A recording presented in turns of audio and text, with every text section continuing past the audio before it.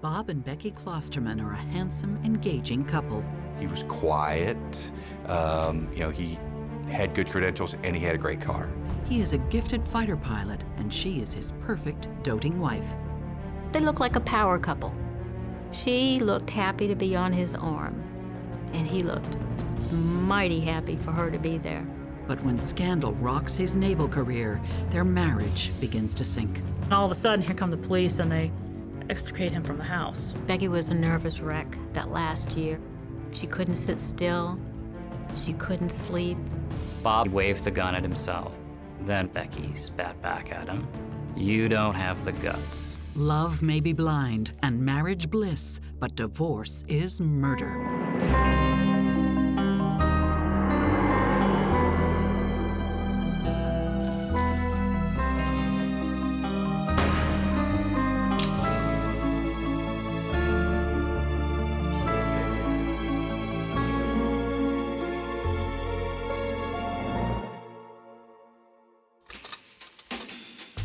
It's 1973.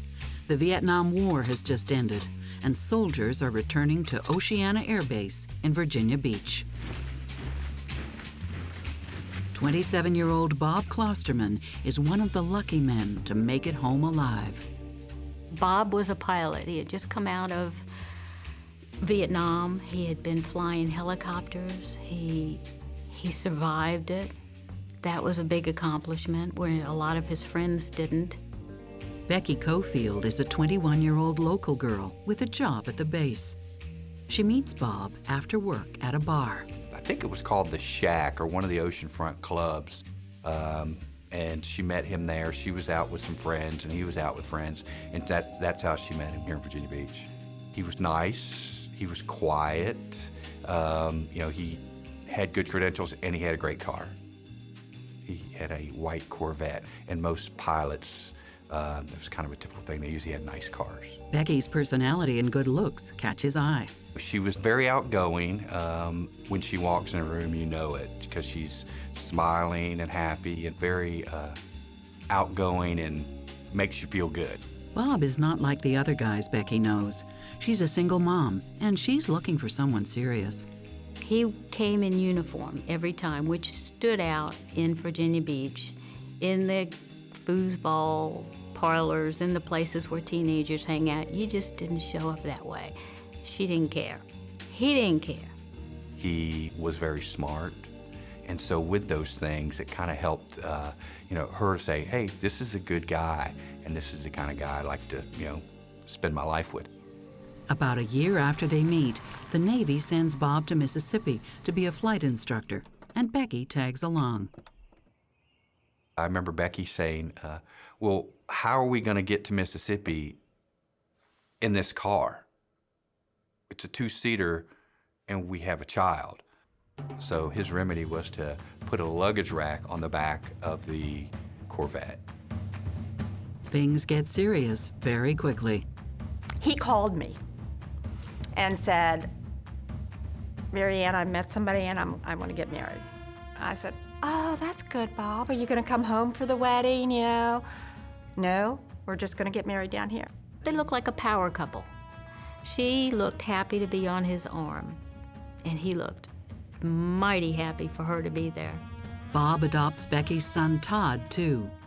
Next, the new family is sent to Jacksonville, Florida, where Bob trains as a jet fighter pilot. They lived in a town called Orange Park. They had a nice little ranch house on the back of a cul-de-sac, and it was south of town. Becky settles into the role of housewife. He went to work, he came home, she made him the meals. It was just typical. She watched TV during the day when Todd was at school. And Bob connects with friends. I always felt welcome at their home, whether Becky was there by herself, whether I brought a bag of donuts in or not. I felt welcome. And Becky throws herself into the role of Navy wife. As soon as you marry into the Navy, you become a Navy wife. And Becky took to that quickly. She was always happy to be at Navy functions and parties and social events. Becky makes friends with the other Navy wives, too. When you had a problem, as a Navy wife, there was nobody to call. All you had were the friendships you made with these other women, and they took care of each other. Bob advances steadily in his career, serving tours overseas as a junior officer, a department head, and an instructor pilot. His goal was to be the best, and if there's a rank to come up and it's an opening, he wanted to be the guy to get it. As Bob's rank increases, Becky learns to navigate the subtle politics of Navy functions. Most of the military men knew how to use their social contacts to further their career. Bob didn't do that very well. Becky didn't mind doing that. She would find out all the information he needed, and then he would go put it into use. Psychotherapist Stacy Kaiser and forensic psychologist Brian Russell have seen this dynamic in military couples before. At the beginning, I think Bob was just exactly what Becky was probably looking for, and Becky was probably just exactly what Bob was looking for. But Bob's constant deployments take their toll, and after only 2 years of marriage, they start to drift apart. Bob wishes Becky would contact him more when he's out at sea. He writes to her, and she never replies. In those letters, he would beg her to write to him and go ashore, and several guys would get 7 or 8 letters, and he would get none. Then he would say, "I love you," and there was a silence. His whole life is focused on his career and moving up in the ranks, and that she feels neglected, and so that this is her way of trying to make an impact. Bob seems like a guy to whom appearances are important, and I wonder whether Bob may not have also been concerned about the way that it looked when his fellow officers were receiving more letters from home and he was receiving so few.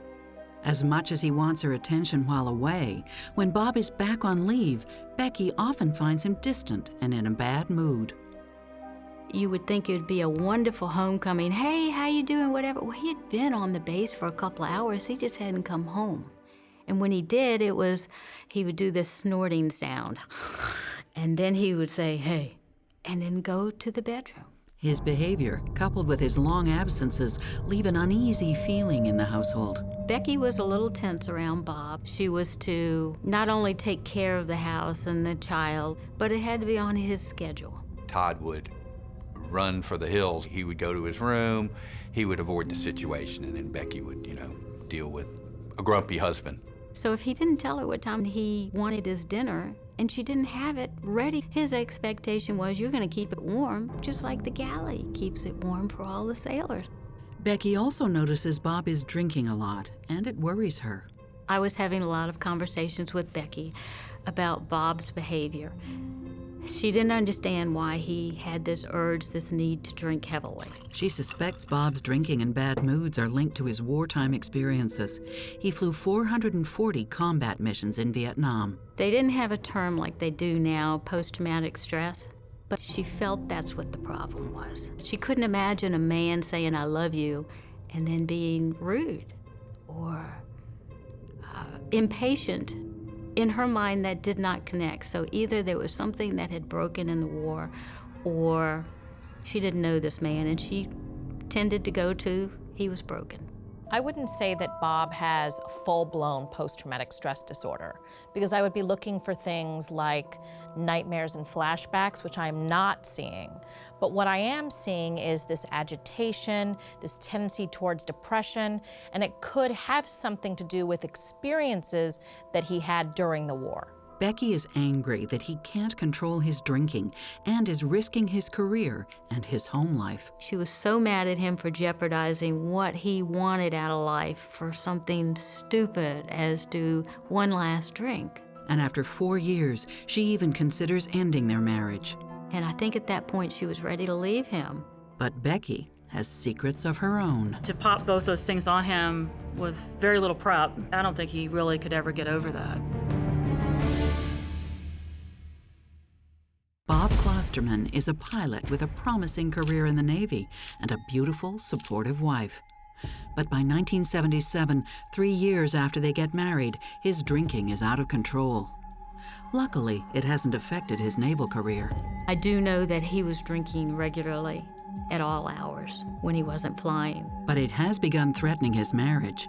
Their relationship is in tatters when Becky gets some unexpected news. Bob was out to sea, And she realized within the first few weeks she was pregnant.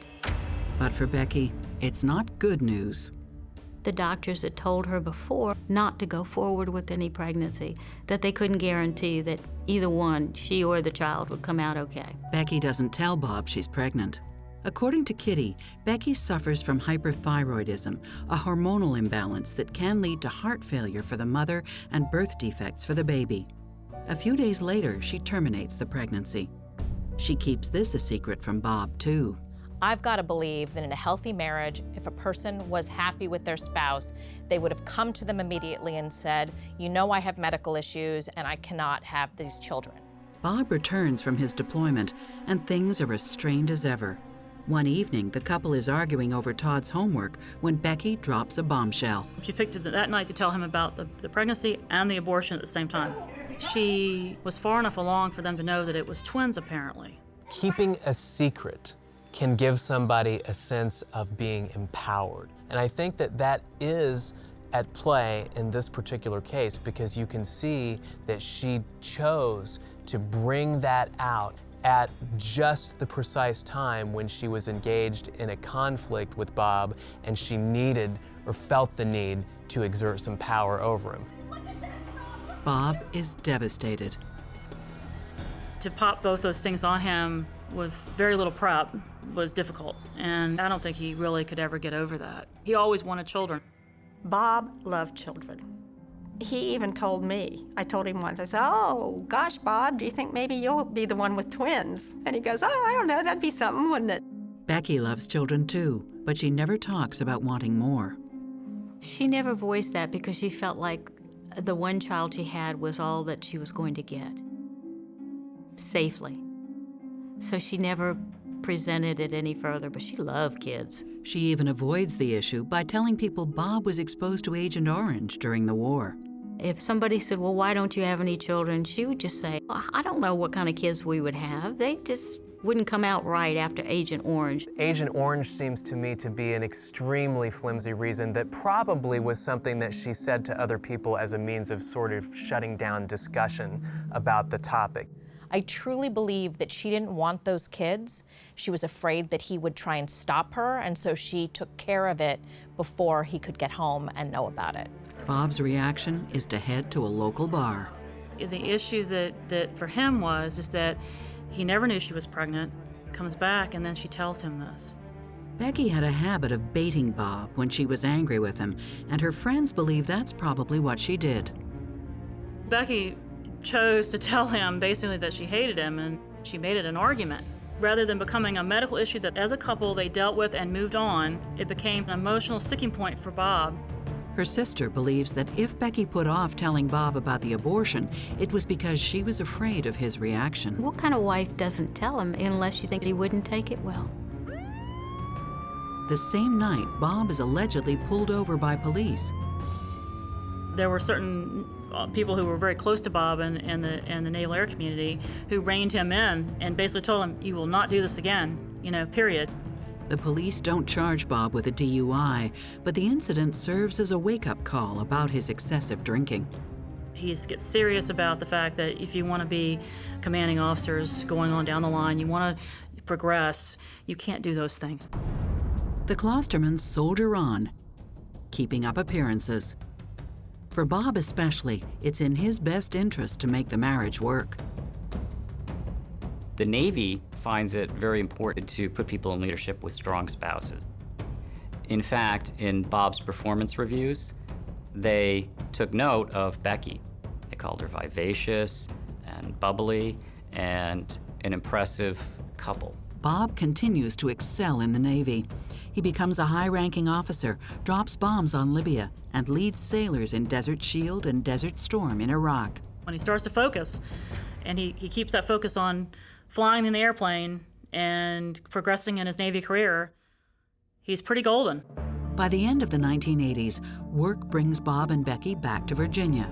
But this time they're in Norfolk, the place to be if you're an ambitious Navy man. Norfolk is a Navy town. The Navy is central to the region's economy, and it's central to its identity. When Becky and Bob moved to Norfolk, they thought it was an important move before he could become admiral, before he could think about those higher reaches that he had been planning for all of his career. And it's a good move for Becky, too. She was excited because she had told him that all those years that they were in Florida, that was his choosing. She told him that if he had the opportunity, she wanted him in Norfolk. Bob, Becky, and Todd move into a big house in the upper middle class suburb of Pleasant Point. They live well, and their spending habits prove it. This was a relationship in which both were very good shoppers. Most people conservatively don't have that many suits, but he did. She was known for her jewelry, in fact. By 1993, Bob is appointed commanding officer of the Navy's most powerful warship, the aircraft carrier, the USS John C. Stennis. He is hired to help oversee its construction and eventually run it. This was going to be his ship. This was something that he designed, that he helped have an input in, and then he was going to be able to be commander of it. It's a floating city of up to 6,000 sailors, and the captain is responsible for every single one of them. It's a great achievement. The Navy praised him, actually, for saving $70 million in construction costs just by his efficiency and planning. Bob's promotion means a lot to Becky, too. I think Becky loved every moment of that. That to her meant that the partnership over these years amounted to something. A commanding officer's wife in the United States military has a role to play that could be likened to the role of a first lady. I think the stability of that spouse does become a consideration when the top echelons think about moving that person up into their ranks. It's a wonderful honor. It is a position with responsibilities for helping the morale of the crew and helping sailors' wives make it through the difficulties of Navy life. To her sister-in-law, however, it seems Becky likes her new status a little too much. She was walking around, and it was cold. So this little sailor was walking behind her, carrying her coat. And she'd go here, and she'd go there, and he's going after her because it was the CO's wife. And all I could think of was, I want to grab that coat and say, let this poor sailor go do something else. But I think she liked that kind of thing. The Klostermans appear happier than ever. Everything in Norfolk is going according to plan, or so they think. Just after Bob is made commanding officer of the Stennis, Becky becomes entangled in a high-profile scandal. The Tailhook Association supports and promotes the interests of Navy pilots. Every year it hosts a conference in Las Vegas that is famous for its parties. And although neither Becky nor Bob go to the 1991 convention, it still ends up affecting them. Many of the pilots have a reputation for having great parties and having fun with alcohol. Some of the more infamous moments of the drinking bouts were in the Tailhook conventions. At the 1991 Tailhook convention, there are allegations of sexual harassment on several women who attended the party. Inappropriate behavior, inappropriate remarks. Women filed complaints against the men who harassed them. Those complaints were investigated. The incident shocked the nation and served as a wake-up call to the Navy's male establishment. It was dubbed the Tailhook Scandal and made headline news for months. It was a huge black eye for the Navy. In 1993, after a 2-year-long investigation, people are finally called to trial. Becky didn't attend, and neither did Bob. What happened was one of Bob's friends and his new wife attended, and she was subpoenaed to testify here in Norfolk, Virginia.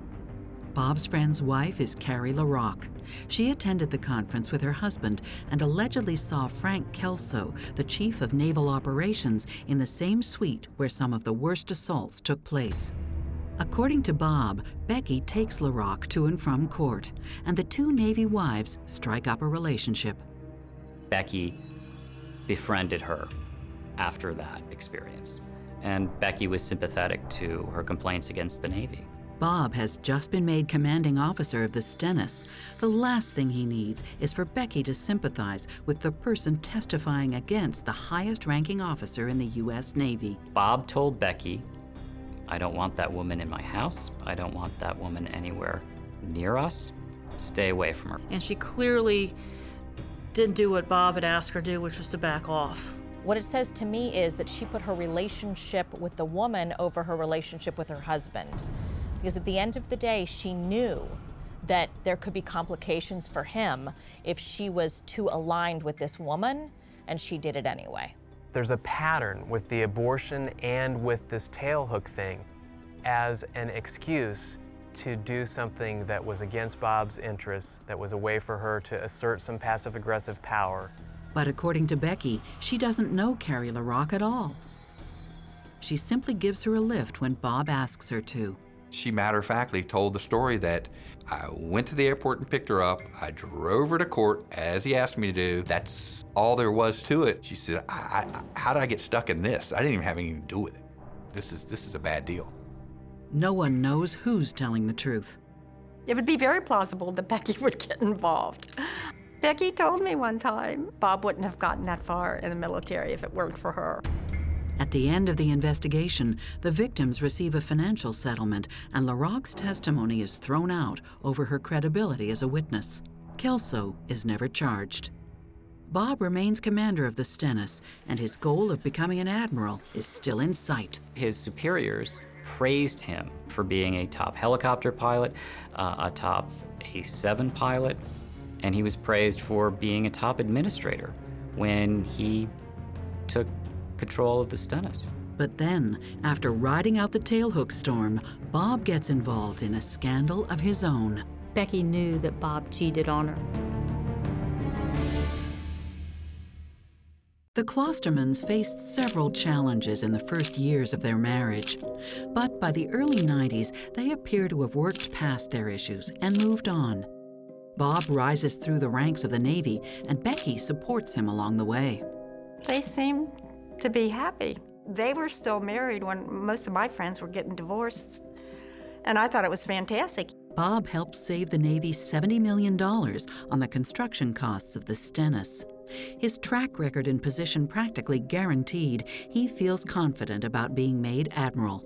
If you are named commander of an aircraft carrier, odds are very good that you're going to become an admiral and vault into the top of Navy leadership. But after 2 years, it's clear he's not going to get the job. When you don't make it on the first pass coming off a carrier command, it's usually a sign that it's not going to happen. It's kind of like getting in a fraternity. One guy blackballs you, you're done. Could Becky's actions after the tailhook scandal have anything to do with it? It would be a big deal if Becky did befriend this woman who took on the chief of naval operations. Because it's a small community. People talk, and they hold grudges, and they don't necessarily let go of those grudges. Or was it Bob's own shortcomings? Becky's sister suspects he didn't get the promotion because he didn't know how to work the back rooms of Washington. Bob was going back and forth to the Pentagon, and the Clinton administration didn't want any military up there in their uniforms. You come in a suit. Well, that stripped Bob of everything he had. He couldn't go and present himself as Captain Klosterman. And he didn't know how to play, or he didn't want to play the politics. He even has trouble communicating with his own men.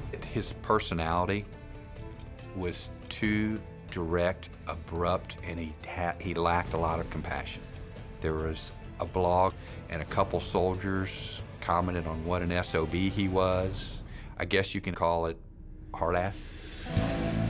In 1997, after 28 years of active service, Bob retires. I think that it was probably devastating for Bob to not make admiral. And it's perfectly understandable to me as a psychologist that when everything that you had been building your life and career around starts to fall to pieces, that you might look for some external place to place the blame. He invested all of his time and energy in building his career and focusing on moving up the ranks to the top. And so to not be able to reach the top could make a person literally fall to the bottom. This man had never, ever worked outside the military before, and here he was in his 50s. And he was expected to change the game plan. On the home front, Bob and Becky are less busy now that they've left behind the demands of the Navy. But that doesn't bring them any closer. I just got the general impression that it was sort of, I don't want to say an unhappy marriage, but not the ideal marriage that you'd want to find yourself in someday. Like a lot of retired servicemen, Bob finds work with a defense contractor. If he had an offer at the Newport News shipbuilding, he obviously had a lot of relationships with the people building ships. Bob devotes himself to his new job and sees his family, especially his in-laws, less and less. Bob quit showing up for most of our family things. And that wasn't expected of him to be at everything. It just, it's nice to have everybody there for Christmas. He wasn't there at Christmas. Becky is lonely at first. I had lunch with her a number of times right after him leaving active duty. And she kept going back trying to find, the people in her life from the Navy days. But she bounces back and busies herself with a new hobby. She had become hooked on tennis. She liked tennis a lot, and she was playing very well. And she had a lot of friends from that, who were good friends. Bob finds it harder. He was stressed. He seems to cope by playing more golf. When Bob was in the military, he would play a round of golf a Saturday. But when he was retired from the military and he was stressed, he would play for weekends.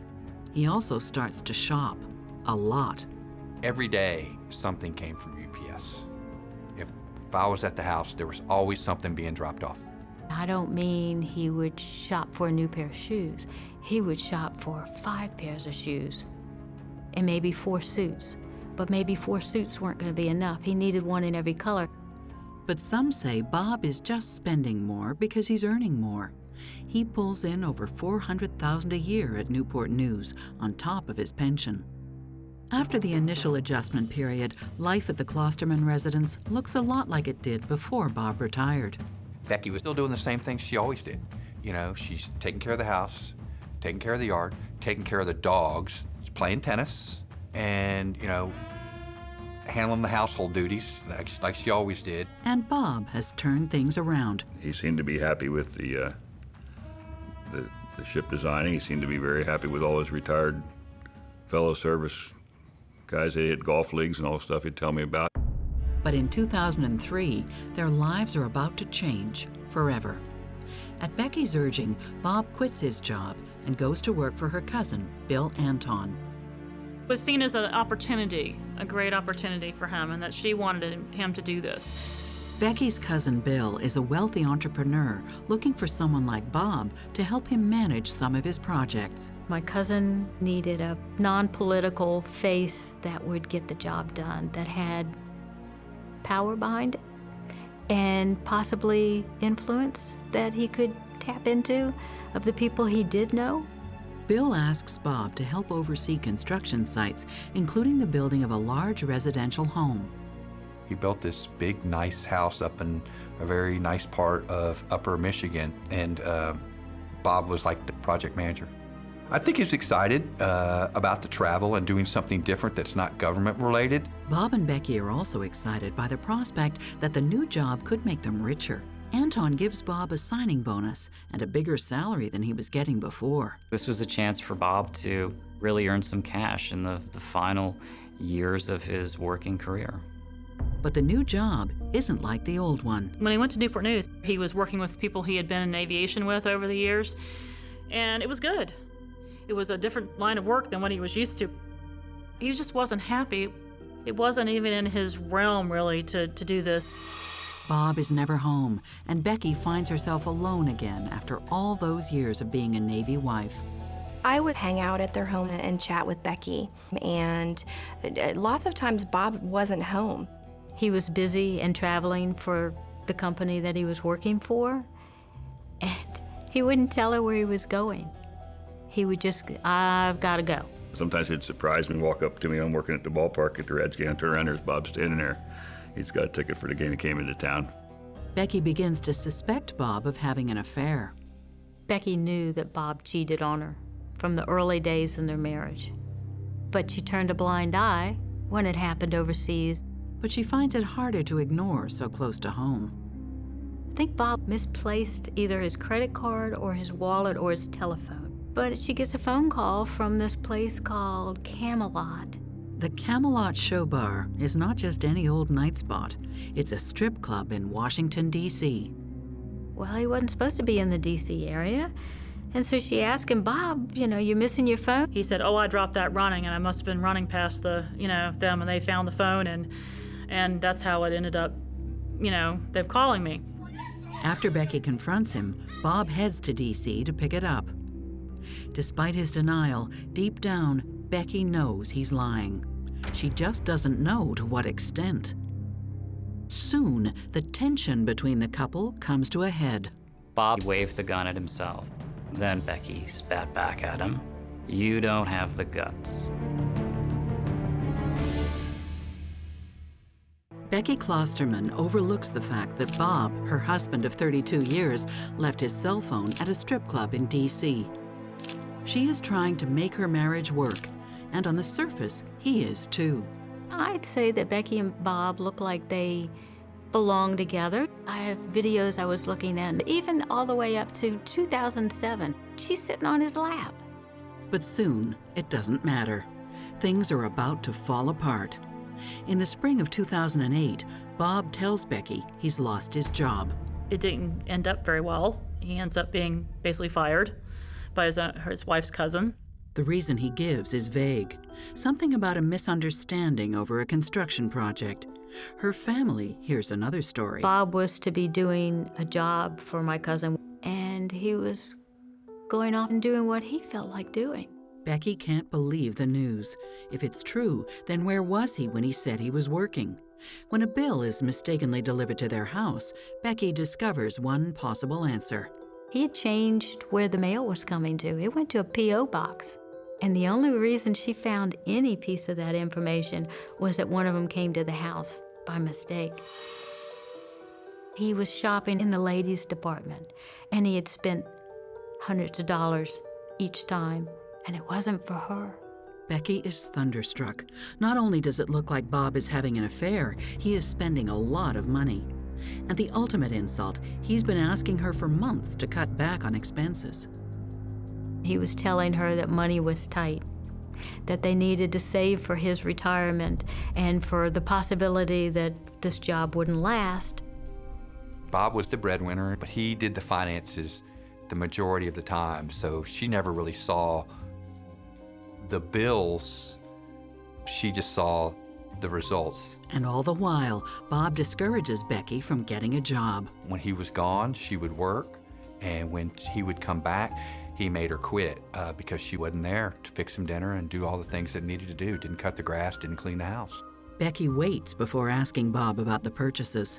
Until Becky had concrete evidence of anything, she knew better than to just blast off and say, you've done this or that. Then the final straw. In November of 2008, she finds a letter from the bank, and it's a shock. Their home has been stripped of all its equity. It should have been probably almost paid for, or maybe completely paid for, knowing, the income that he made in his career. It wasn't. All of this money was missing. With concrete proof in hand, Becky finally confronts Bob. They're arguing about finances and about where he's spending the money. And she said they got into a pretty darn good argument, a loud one, and she wasn't going to back down. Always do it for you. And he pulled a gun out of the desk drawer. Becky remembers Bob pointing the gun at her, then at himself, and saying, "You'll never see any money." While Bob claims he never pointed the gun at Becky. Bob said he waved the gun at himself and asked Becky if she would like for him to kill himself. Then Bob said Becky spat back at him. You don't have the guts. Her sister imagines Bob's version is closer to the truth. I'm pretty sure she egged him on. She probably said, you don't have the balls. And I'm pretty sure she cleaned it up for the deposition. In the end, the facts don't matter. The truth is, Bob pulled a gun during an argument with his wife. He had been able to talk her out of filing for divorce, I imagine, several times before. He couldn't do it this time.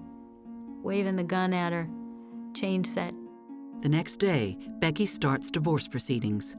She also files a protective order against Bob and asks the court to revoke his gun permit. And then all of a sudden, here come the police and they extricate him from the house. Say you have to leave over the gun charge. Bob checks into a hotel that night and eventually finds his own apartment. With her husband gone, Becky combs the house for more evidence of his erratic behavior. And she finds it. She didn't know that he was buying guns. They came in boxes she wasn't allowed to open. These guns would end up in a closet that was locked. Becky's divorce lawyer petitions the court for Bob's bank records. They learn he's also been going to high-end strip clubs and brothels in Nevada. He paid $5,000 for sex that day, and apparently went back later that day because the next line item on the credit card receipt was for another $5,000 at the Bunny Ranch. So he spent $10,000 of the marital assets in one day. More painful to Becky was the fact that he lavished gifts on a young waitress. He bought her jewelry, bought her statuary, bought her clothes. He bought her a car, a $30,000 Ford Edge. Who does that? You give somebody a car that you don't even know? This should have been their money and their assets that they had together and their life that they had, built. And instead, it was taken out behind her back and spent on someone else. Becky finds love letters Bob had written to the waitress as well. It was a very torrid sort of thing, that he was doing. It wasn't like he had picked one woman 50-some years old. He was having affairs and relationships with women who were no more than usually 30, 32. Becky is devastated. Her 34-year marriage to Bob has amounted to this. He didn't have Becky worshiping him. He didn't have anyone looking up to him in his career. He needed to find that. And so he went and sought out other women who would make him feel like he was valuable and appreciated. Bob admits to having sex with prostitutes, but he insists his relationship with the waitress is platonic. They were just good friends. He would claim until the day this all ended that was not a physical relationship. I think he treated her more like a daughter. By the time the divorce makes it to trial, the evidence is overwhelming. There were reams of credit card receipts. The poor legal assistants had to carry these things in. I actually helped them carry a couple of these, evidence 1, evidence 2, evidence 3. Becky's lawyer proves Bob's spending is out of control. He took an Alaskan vacation by himself or with somebody. He would routinely go to Cincinnati for the Bengals game. He had an apartment that he paid for there, and he bought a motorcycle. He was using that money to help fund his lifestyle. Bob used the equity of their home to fund his exploits. They had paid $200,000 for the house in 1987, and then some 20-some years later, they owed more on it than it was worth, and it was valued at $450,000. According to her family, he forged Becky's name to secure a second mortgage and used the money to buy the waitress the SUV. She found that document, and she had never signed it, but her name was signed on there. He had forged her name to a car to give to some bimbo.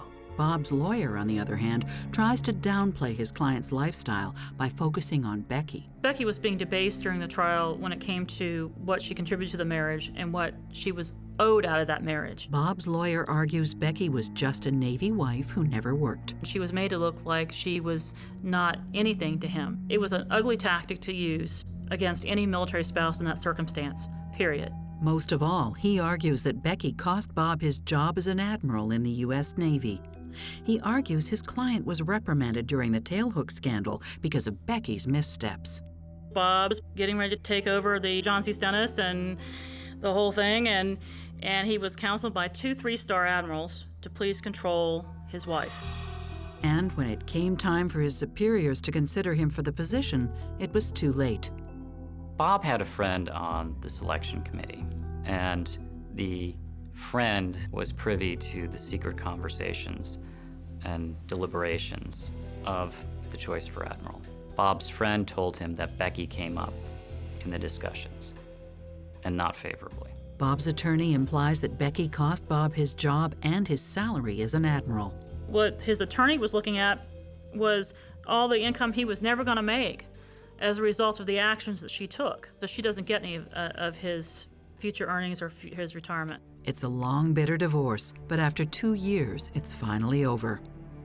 On April 28th, the final divorce decree arrives by mail. Bob and Becky are expected in court on May 4th to sign the paperwork. Bob notes another date instead. He writes on that calendar entry, True Blood, and it wasn't in reference to the television series. Bob Klosterman pulls out a gun during an argument with wife Becky over their finances. She files for divorce and discovers that he's been leading a double life. After 35 years, their marriage is about to end. Bob and Becky had agreed on a settlement for the divorce, and within days, they were going to be at the courthouse and settle once and for all. The protection order against Bob is lifted, and despite their differences, Bob and Becky continue to see each other after they file for divorce. They were going to counseling because that's part of the rules of the road and the divorce proceeding here. Sometimes they even sleep together. And they continue to have very intimate relationship, even through the divorce. I think Becky and Bob continue to see each other because they do have a connection. They were in love once, and so I think that's part of what keeps luring them back to one another. Over time, people come to fill roles in each other's lives that feel like huge voids when they leave, even if they were also causing a lot of pain and heartache and damage. Bob feels comfortable enough to drop by unannounced, and neighbors often see them together. Sometimes they talk, often they argue. A neighbor quietly let people know that they had seen things go on and arguments and things like that. But now that the divorce proceedings are nearly over, Becky doesn't want to see Bob anymore. He seems more erratic as they approach the finish line. I was helping her to move things. He didn't know I was in the house. And he came in, and his expression was one of pure anger. And he caught me out of the corner of his eye, and it changed like a mask. The court also reinstates Bob's gun permit, and Becky is scared. Becky was a nervous wreck that last year. She went down to 92, 95 pounds. She couldn't sit still. She couldn't sleep. To his own family, Bob seems frustrated, but he's coping. He was venting. Yeah, I'd say, oh, yeah, Bob, you know, you're going to laugh about this in a couple years, you know. So that's why I thought he was okay. But as the realities of the divorce sink in, Bob becomes angrier. The house would have been sold, period. There would have been no question. And other properties he may have owned or rented had to have ended. The lifestyle was going away, in other words. The former couple had also racked up hundreds of thousands of dollars in legal fees. Bob felt that the attorneys involved were bleeding them dry. Even if Bob had a decent income from his contracting job and his retirement, a lot of it was going to have to go to paying legal fees. To Bob, it seems like he has nothing left. He thought that he was not going to, everything was going to be going to Becky, that he was not going to have anything to live on even. For the man to whom honor and status mean everything, Bob is completely ruined. When he gets that decree and he realizes it's over, he's going to end up paying all this, and he's going to end up having to have nothing left, and probably nothing left of his reputation, even in the workplace. On the Sunday before the Klostermans are to sign their final divorce papers, neighbors see Bob again. Bob parked around the corner, walked in the neighborhood up to the house. They saw him. They waved hi, but nobody called police. Becky notices Bob too. She had written Bob was in the backyard at 6:30 a.m., where she was kind of making notes of, you know, anything suspicious. She goes for a drive to avoid him. She'd gone out thinking that he'd be gone, you know, be drawn off by the fact she was no longer in the house, and then she came back again, and he followed her into the house.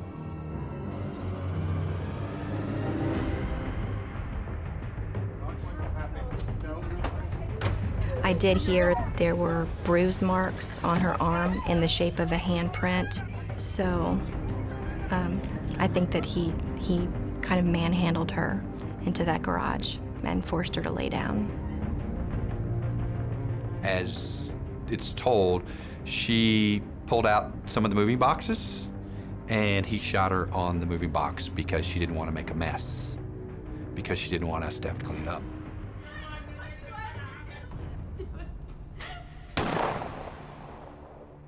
No one hears a thing. He needed some kind of fortification, and he hit the liquor cabinet, put the dogs out back, and walked back to where his car was. Leading up to the killing, Bob had drafted a half dozen or so letters to family and friends. He mails them before he carries out his final plan. The police thought that he had dropped them in the mailbox that morning, and he drove the car up, locked it, and went into the house and finished. About a half hour after he kills Becky, Bob dials 911. He called the police saying that, he had done something to his wife and that they needed to come right away. And he did the same with himself, laid down on a piece of cardboard with both of their driver's license placed, right on top of their bodies, was the way that he did it. So there would be no mistaking who they were, and that's the way that they were found. He shoots himself the same way he shot Becky, with a handgun in the chest. And I keep patting myself in the head thinking, why didn't you see a sign? You should have saw something. Never had an inkling that was going to happen. A few days later, Bob's suicide letters start arriving by mail. It looks to me like Bob had decided that there was nothing left to live for and that he was going to leave the world with an explanation of how wronged he felt he had been, and he was going to take with him the person that he externalized the blame for all of that onto, Becky. I think Bob held a lot of feelings in and a lot of thoughts during his life. And so before he decided to commit the murder-suicide, he felt that it was important to get his story told. He wanted explanations, he wanted specifics, and he also wanted to place blame. He wanted it on the record that he thought that Becky was responsible. In them, he blames Becky for most of the things that went wrong in his life. Bob tells everyone again how Becky cost him his future in the Navy. The tailhook scandal changed the course of his life, took him off track. And, for someone who needed that structure and that sense of place, Bob lost that. Bob also says Becky's decision to abort their twins is akin to murder. He still was angry that his unborn children were murdered. Come on now, that was how many years ago? 30 years ago, and you're gonna harp on that? If that was the critical point, why didn't it end then? Becky had also convinced him to leave a job he enjoyed to work for her cousin. The whole time he was regretting leaving Newport News Shipbuilding. That was where he was happy. It's where he was working with people he had been in aviation with over the years. Finally, Becky's decision to pursue the divorce stripped them of nearly everything. He was very bitter about the legal fees. By Bob's reckoning, it cost $150,000. Bob felt that Becky could have made the divorce much easier, but she insisted on fighting it. Bob lists countless reasons why Becky was accountable for his failures, but they could never justify his actions. Could it have been caused by repressed emotions from his combat days? After the war in Vietnam, would there be some issues there? I would think yes. Now, do I think they manifested themselves from the 60s all the way to 2010 and caused him to do what he did? No. I think there's so many other layers to this story that got him to where he ended up. This was too well scripted. He had practiced letters on his desk from the time of the divorce proceedings in court all the way up to May 2nd. He knew what he was doing, and he didn't stop himself. Bob went to such great lengths in that suicide letter to illustrate why everybody but him was to blame for his troubles.